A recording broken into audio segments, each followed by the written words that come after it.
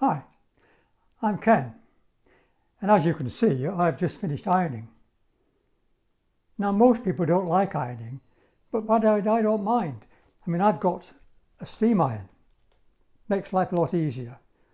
Much easier when I first learned to iron, 68 years ago, in 1952, when I was 16.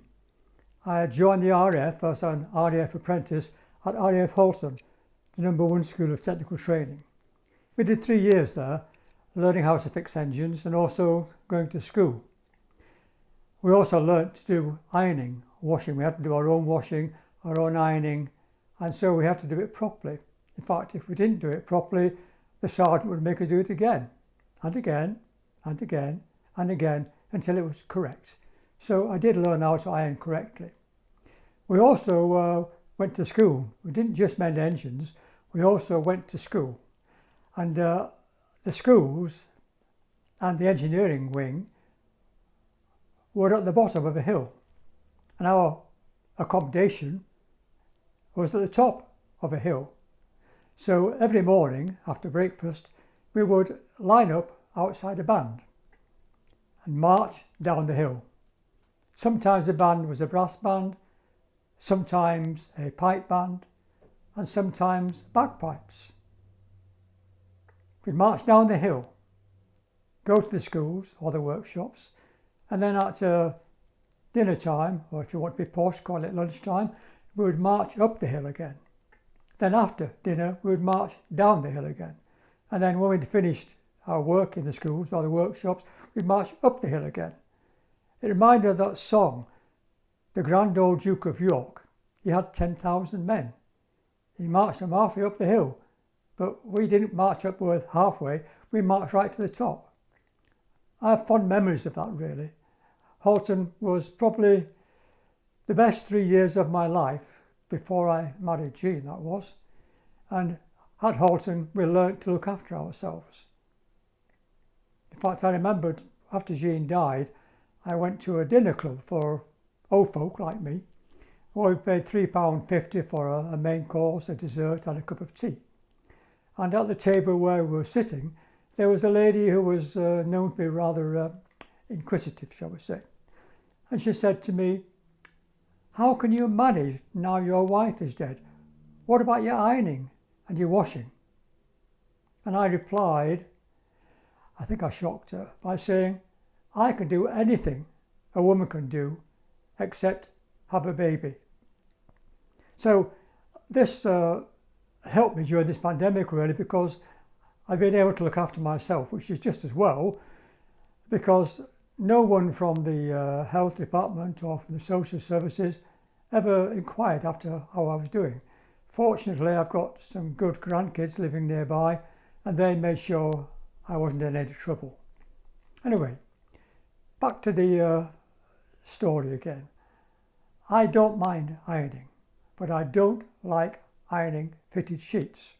So wherever possible, I try to buy self-iron or non-iron sheets. That's okay, but then the next part, how do you fold a fitted sheet? It's quite a difficult task, and for quite a long time I just threw them together as best I could until I remembered how Jean did her sheets. So I'm going to show you now how to fold a fitted sheet correctly. Bye. So how do you fold a fitted sheet? Well, one way of doing it is to grab the edges, put them together, put that down there, gather all the bottom bits up and tuck them in the middle, and then fold it over. And there's a fitted sheet folded. It's well, it's okay, but it's not very neat. My sergeant wouldn't have liked it. So I thought for quite a long time I did this, and then I remembered that Jean used to fold them really well, and I tried to think how she did it.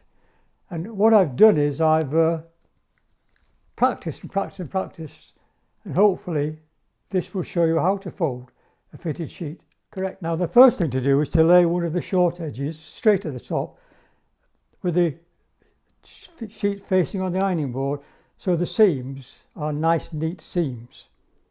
The next thing to do is to gather up the bottom end and turn the seam inside out like so, so that the rough part of the seam is now showing. With your fingers in the top of the seam, put them into this seam here, like so, and like so, and then just shake them down a bit, make it neat, put them back on again. Now bring this edge over here, as neat as you can, to say there. And this edge as well, over here, as neat as you can.